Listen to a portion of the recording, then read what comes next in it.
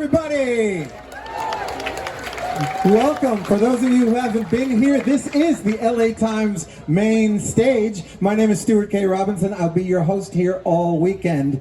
I assume you're here because you know something very special is about to happen. Are you aware? Okay. I want to remind you, if you want to grab a copy of the book that we're talking about today, you got to go to the Vroman's bookseller booth. Vroman's, vroom over there. Grab a copy of the book, and then you're going to go to book signing area 6, which is right behind these 3 booths right here, to get your copy signed. There are some very special people here, but first, you need to know that the book we're about to talk about has been made into a television movie which plays on Apple TV Plus. And we thought it would be really great to give you a little sneak preview of the piece. The piece is called The Last Thing He Told Me. And right now we're going to show you just a little sample of The Last Thing He Told Me. What defines you? What defines you? May I ask first? There's nothing I wouldn't do for my daughter. Mrs. Michaels? Mr. Michaels asked me to give this to you.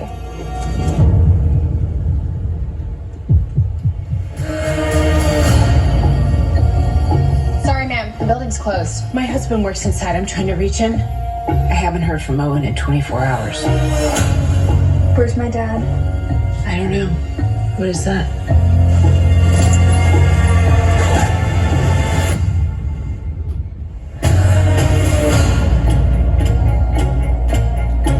You okay? I can't believe this is happening. Your husband is not who you think he is. Why are you making him sound like some sort of criminal mastermind? I may not know why your father did what he did, but I know who he is. He lied to me, and then he disappeared, and I want to know the truth. I'm telling you, we'll thank him. Hannah, you need to get out of there now. Where did you get this?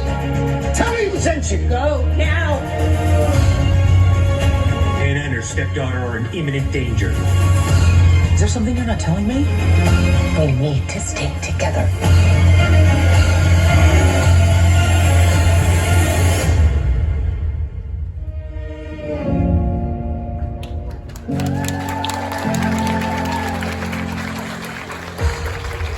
That is The Last Thing He Told Me. It is on Apple Plus TV. Apple Plus are our gold sponsors today, and we want to thank them for making this trailer possible. So now, are you ready to meet the author of the book and the star of the movie? This is the main event. I want to introduce to you the best-selling author of The Last Thing He Told Me, who has worked as co-creator and executive producer alongside Josh Singer to adapt her novel into a limited series on Apple Plus TV.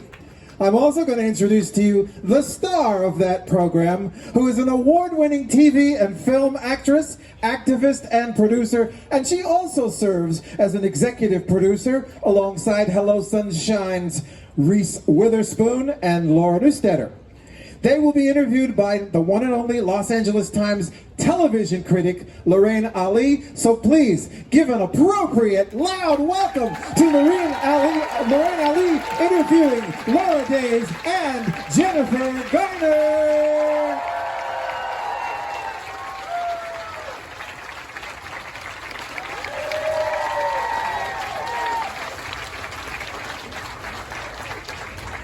What an amazing crowd! Hello, thank you so much.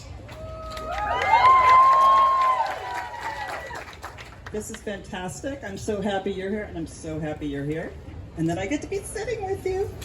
Okay, so I'd just like to start out with asking you a question. This might be a little unfair. Can you describe the series, The Last Thing You Told Me, in 2 sentences?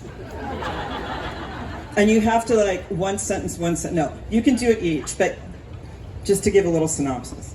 We can do one sentence. Yeah, We're yeah. not scared of the challenge, Lorraine. Just, you know. Okay.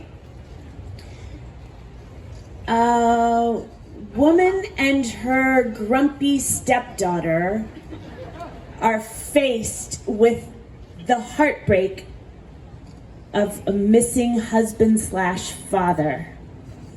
Who leaves in his wake only a mysterious note, protect her, and no other instructions. And he's gone. What's to be done? Dun, dun, dun. So, can we start out talking about the challenges and the joys of adapting a book to a television series? So first of all, this is such a joy. I've never been here before as an author, so this is like my happy place. So thank you guys all for being here today. Your people, Laura, your people. On the way here, I just saw all the books that I have to go get immediately following it. So for me, so much of the challenge was in writing the book. It was a 10-year process. I put the book down so many times that I wrote 2 additional books that were published over the interim of writing this book. So by the time it came out into the world and I was adapting it with my husband and with this really wonderful small group of brilliant writers who were so excited to expand it and move it in new directions, I was so happy to be in the water with other people that it was really kind of joyful. And then we got the glorious good fortune of Jen signing on early, and we would sit in the backyard together and read the scripts and go over them and hear the dialogue and hear how it all felt. And going from, being in my room alone in pajamas writing to that, to moving downstairs and outside was really pretty amazing. It was a major luxury. But can I just expand on what you said? So I don't know if you guys are writers out here, but if you are, Laura wrote a really beautiful piece for, what's it called? Lit Hub? For Lit Hub about throwing away 97,000 words, which was the first real iteration of the last thing he told me. And it's such a great lesson in letting go to start fresh. And definitely one I'd recommend. Yeah. That hurt when you said that. It's so, wow. That sounds painful, but also that's incredibly inspiring, I have to say.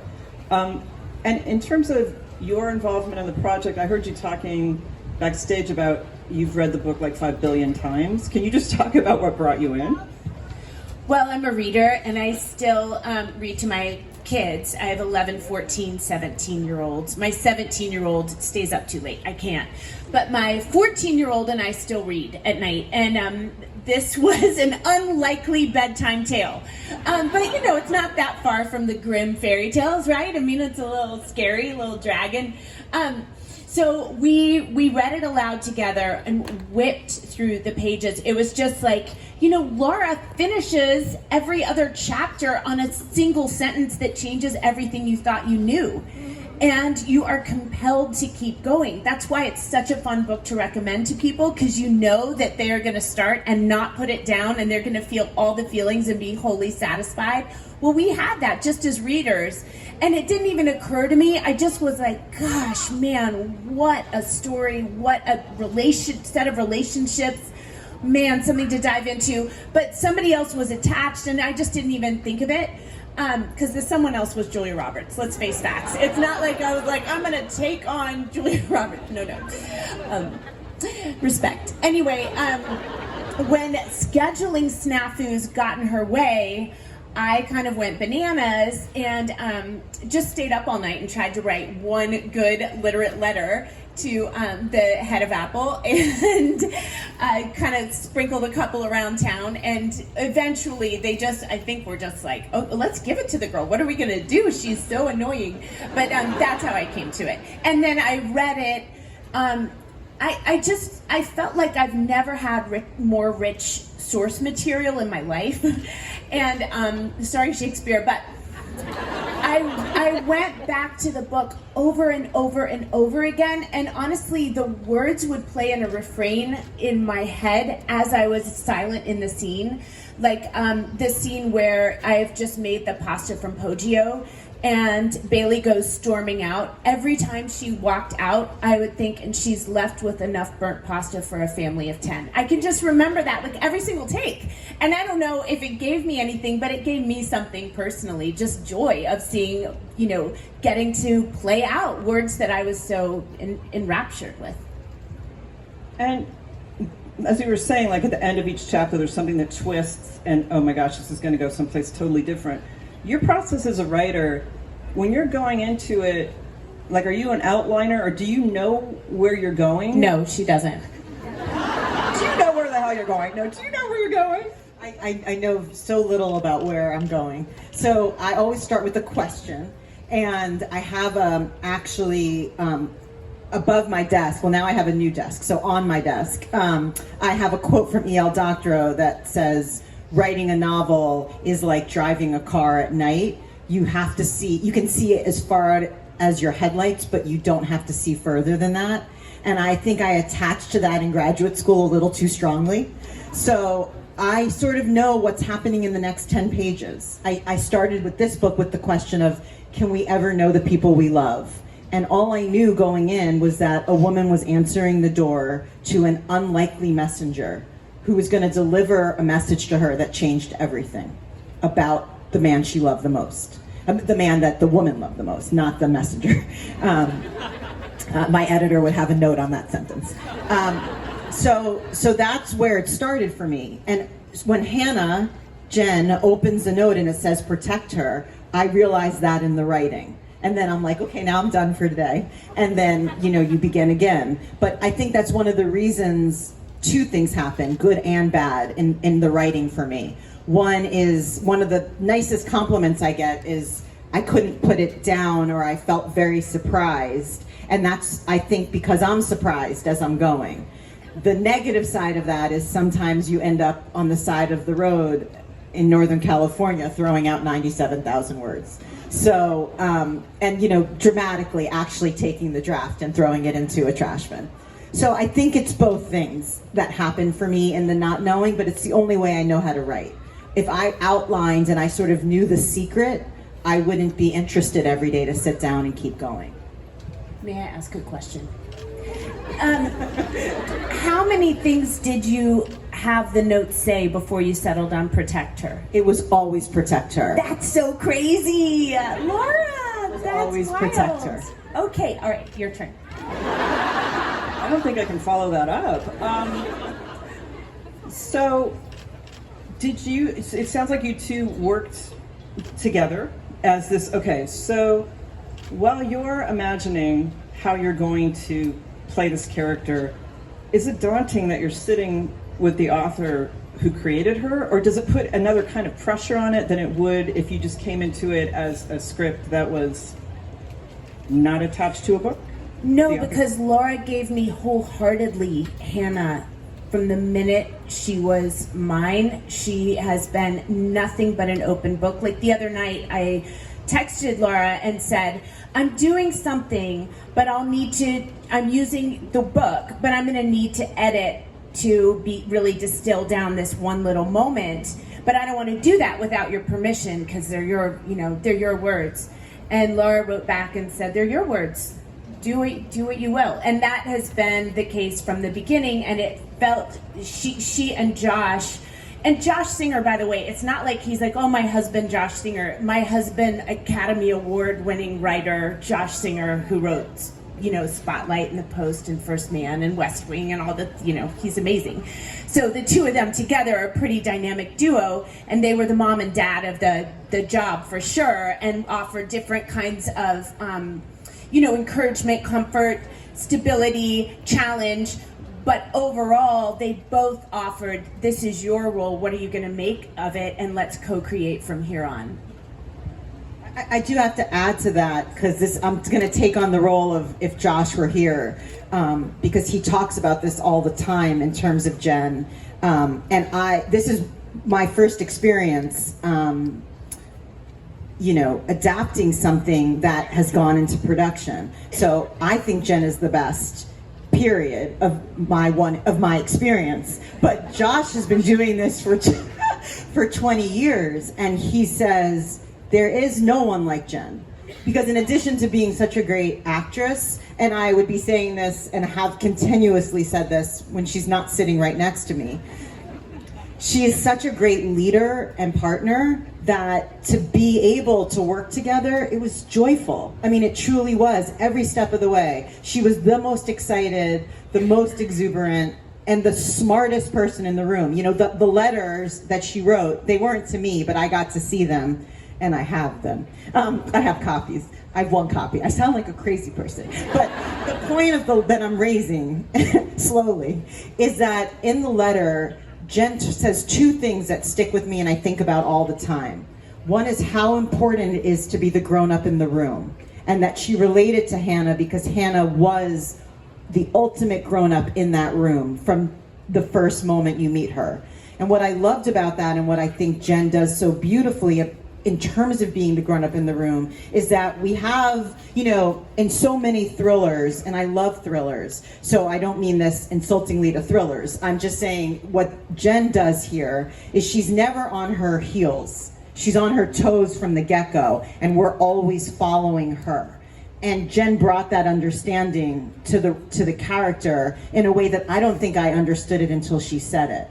And the other thing she says in that letter is that she wants this character to earn the right. She wants this character to earn the right to be as optimistic as she is. And I thought, wow, I never thought about that. That we're gonna walk outside into this thriller, into this terrible circumstance, and she's gonna end up on the other side of it optimistic and hopeful. I had never seen that done, and that completely influenced the way we chose to tell this story for the screen.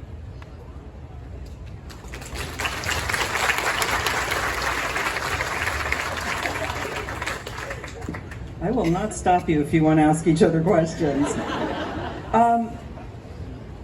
And just through this whole series, Hannah is dealing with a 16-year-old, a surly teen. And it seems like you have experience with this because I was watching this going, yes, I have a teenager and I know what that looks like. But I love this whole idea of this intensity and this crazy story pitted against trying to parent a teen. And you pull that off so well while keeping it a thriller.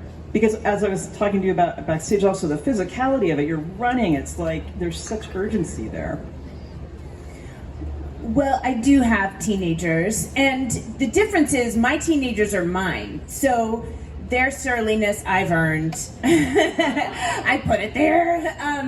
And it is really short-lived, and they're really pretty sparkly and adorable most of the time, by far. Bailey is mean. Bailey is like, really, she has this person who's entered her life that she doesn't want. She is a victim of this circumstance. And Hannah never expected to be a mom, didn't have a mom, knows nothing about being a mom, is clunky as hell, and just steps in it over and over and over again. So it's the hard thing for me was not playing it like they're my own teenagers who need a joke and a cuddle and or a slowly step away, but play it as someone who doesn't know how to deal with the child in front of them. Yeah. And your initial idea for this, I read an interview with you where you said it came from the Enron scandal. Can you talk about that? That's like so fascinating. So I'm very interested historically in true crime, and the Enron trial, I was subsumed by it. I don't know what it was. I think it was this mix of hubris and pathos and all the complicated emotions of how do you start in this place and end up over here. But the thing that resonated for me the most was that I saw an interview with Linda Lay, the wife of Kenneth Lay, the CEO of Enron, in which she essentially said, my husband's done nothing wrong. And I was captivated by that moment. And I started then in 2003 to imagine a woman who found herself in the position where she thought her husband was someone that was categorically different from who the world was telling her he was. And what does that look like, and what does that feel like? And I ruminated on that for a long time, and then I saw another interview in which funny enough, one of our executive producers, the wonderful Reese Witherspoon, was talking about how important it is. It was a Gloria Steinem quote that she used in this interview, for women to watch other women be the hero of their own lives. And something about marrying those two concepts really crystallized for me a story that I wanted to tell. I wanted to look at a woman who believed something, but was not the victim of that belief, but rather the hero of that belief. And what would that look like? And that's when I put pen to paper. And that's why this narrative is also so fresh. And when you're watching this as well, it's based on your book, obviously, and then there is a perspective in this that is a female perspective. You have directors that are women. I mean, it's becoming more common on screen, but there's still not enough of that out there. But it really does make a difference when you're watching this to get that perspective. It feels fresh. Well, I appreciate you saying that. I think that that was very important to us. That it felt that that Hannah was always going to be the hero of her life, and we wanted a female gaze into that. And the entirety of the series is directed by 4 directors, all of whom are female.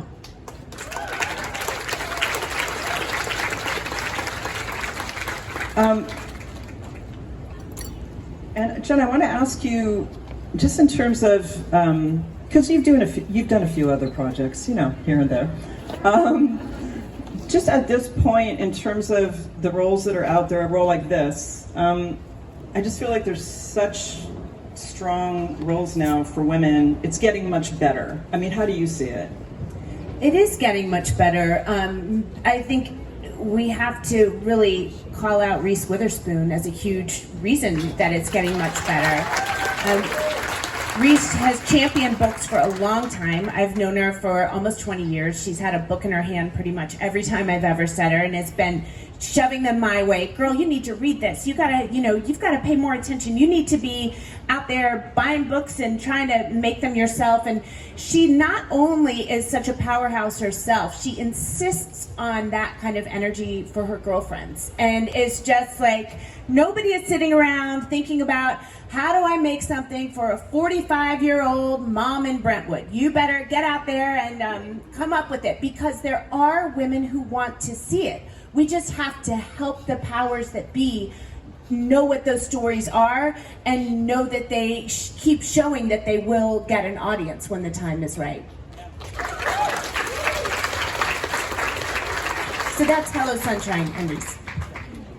And what was really amazing, and Jen talks about these letters, and we should be so lucky, which was sort of our reaction immediately. But Apple TV Plus, excuse me, I think I was nervous. I was going to say Apple TV and not Apple TV Plus, and they were going to, so that's what happened there. But Zach Van Amberg, who is one of I don't know what his title is. The King Poobah. Yes, King Poobah. He read that letter, and the very next day, Jen was our Hannah. And I think that's a tribute to all of our partners on this. Right away, they wanted us to have our vision and have the Hannah we believed in, and have a Hannah who believes in Hannah.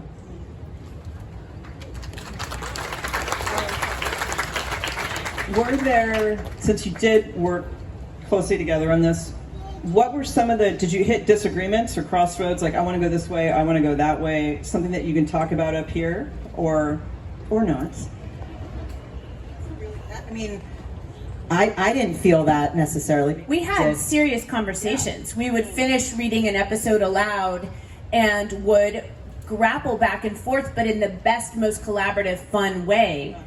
Never leaving with hurt feelings, just like, oh, girl, I think this, I think that. And Josh and Laura were always very articulate in talking about why they'd made the decisions they'd made, and then also totally open to whatever questions I was bringing to the group. They'd go away, revise, and we'd read it again. It was honestly, if anyone is out there adapting, or if anyone's out there just rehearsing something, it was the most helpful I keep saying luxurious, but glorious way into something. Well, also, I can't overstate this. Like, Jen was really, when I talked about those things, she was so smart about Hannah that when she would make a suggestion, it was almost always correct. Like, you know, I don't know how many of you saw the pilot this morning, but in the initial draft of it, that first exchange between Bailey and Hannah looked a little different. And after Jen read through it a couple times, she's like, I think that Hannah would really she'd wait it out in a different way. It would be more about looks than it would be about aggression. And that totally altered the scene and the way that we found our way into that. So it was always sort of a very animated conversation in which it felt to me like a meeting of the minds right from the start. I'm going to get to questions from the audience in a minute, but I just want to ask you, is there advice that you would give to aspiring novelists out there, and also to aspiring performers, actors? When people ask me this as a journalist, I'm like, oh, I'm sorry I just did this to you, but please, do you have advice? So I have a two-tier system of advice. The first tier of the system is about the writing itself, and that is that, and it was advice that I was given at 22 years old by a wonderful writer named Antonia Nelson, who I took a writing class with in Taos, New Mexico. She's wonderful, and I highly recommend her work. And she said, you have to love the writing. And I didn't even understand at the time how true that was. But she said, publishing looks a lot like a box of books showing up at your house one day, and you open the box, and then your kids ask you what's for dinner, and you have to take out the trash. So you better really like the work.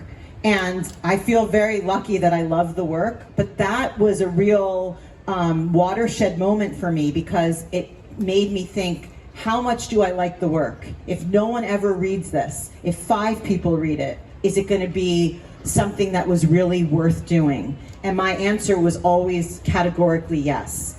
And to that end, to make the work more enjoyable, this is the second tier, I highly recommend 2 books that sit by my desk all these years. One is On Writing by Stephen King, and the other is Bird by Anne Lamott. And whenever I feel stuck or I'm having a day where I'm not enjoying the writing, I sit and I read those books again, and I find my way back into it. I guess I would say, and I haven't been asked this for a while, but I think that acting is such a time of, it's such a weird career and such a weird thing to try to get into, and it took me years and years and years. I mean, I was working in summer stock, building the sets and unclogging the toilets between shows, and helping to clean the wardrobe, whatever. For a long time, I did that and worked my way up in theater and ended up, on a left hook in front of a camera. But what I would say is that when I was first starting out, my girlfriend, Jean Louisa Kelly, remember her, Mr. Holland's Opus? I mean, she's wonderful. But she and I used to say to each other when we were fallow, we'd say, what are you doing today? What are you inputting? Because you have to take in art to put it out. You have to make yourself go to the Getty and stand there and look out. You have to read a lot. You have to see things. You have to see plays. You have to see whatever it is that inspires you, but make it a point. I mean, when I lived in New York, I stood in the back for $20 and leaned against just to watch plays because it was the only way I could afford to do it. But I wouldn't trade one of those experiences. That's really what it's about. And then otherwise, you have to love the work of auditioning, and you have to prep for it like it is the scene that you're showing up to do on a Monday morning on The Last Thing You Told Me. That's your chance to act that day, so you've got to love it. Well, don't get excited, because I'm not coming out there with the microphone. We have actually intuited the questions that you were going to ask, and so we're not coming out there. So Lorraine is going to choose 1 or 2, I guess we have time for, of the best questions. So I hope it answers the one you were going to ask. Yes, I've channeled your questions. I've been concentrating really hard. So Laura, How much, if at all, were you hoping that the reader would process the same trust in Owen as Hannah does? Or were you hoping that the reader would challenge that trust throughout the book? That's a really great question. Owen is complicated for me. What I will say about the first 97,000 word draft is he had a very different ending than he has here. I won't spoil it, which is shocking because I always do the spoiler. But I trusted him, and I will say that. And so the arc of the writing for me was about leaning into that trust, even when he didn't necessarily deserve it. I'm always interested in the gray more than in someone being all of one way. And I think that was sort of true of all these characters. He doesn't deserve it. Yeah, maybe not. By the way, he does not deserve the trust right now. So catch yourself. People feel two ways about him. They really do. They really do. He's handsome. I'm in your camp, yes. And there is the sequel, correct? Well, I'm working slowly on a sequel, and because I don't know what's going to happen, I don't know if I'll make it to the end. But that's the hope. And Jen, for you, these are kind of similar questions, but what was it about this role in particular that resonated so much to you? There were so many things that I loved about this role specifically. I mean, there just aren't things like this that show up very often, but I loved watching Hannah become a mom, and I loved watching her earn that, and how brutal it is. And I love the idea that parenting is in the parenting. You become a mom by parenting. You know, like, I think of all of the surrogate, I have a wonderful mom, but I think of all the surrogate moms I've had in my life and still have, people who just have taken me under their wing and parented me, and that I have a familial feeling with. And this is that in the extreme. And I kind of love seeing just motherhood tested in that way. And how are we one more? Okay. Okay.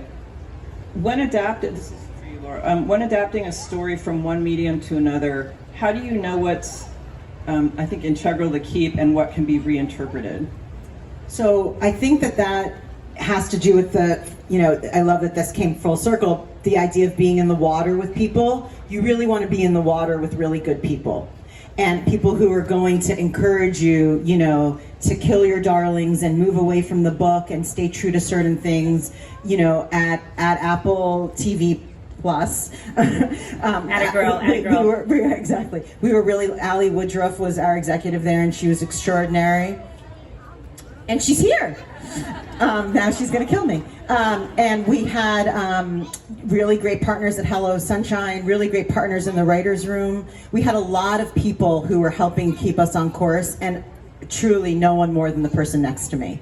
There was just a real understanding of what needed to be different and what we needed to stay true to. And we were aligned on most of it, and when we weren't, we found our way. I love the idea that there's your way, there's someone else's way, and usually it's the third way that's going to be the right way. And I feel very, very lucky here that I feel like that third way really turned the show into something that I'm just so proud of. Thank you both so Thank much. you guys. Thank you so much you. for sitting out here with us. The Last Thing He Told Me, streaming on Apple TV Plus. That's something you gotta see, and you've gotta purchase the book over at Gromans over there, and you will get a signature from Laura and perhaps from Jennifer. So once again, a big hand for Lorraine Ali, Laura Daves, and Jennifer Garner.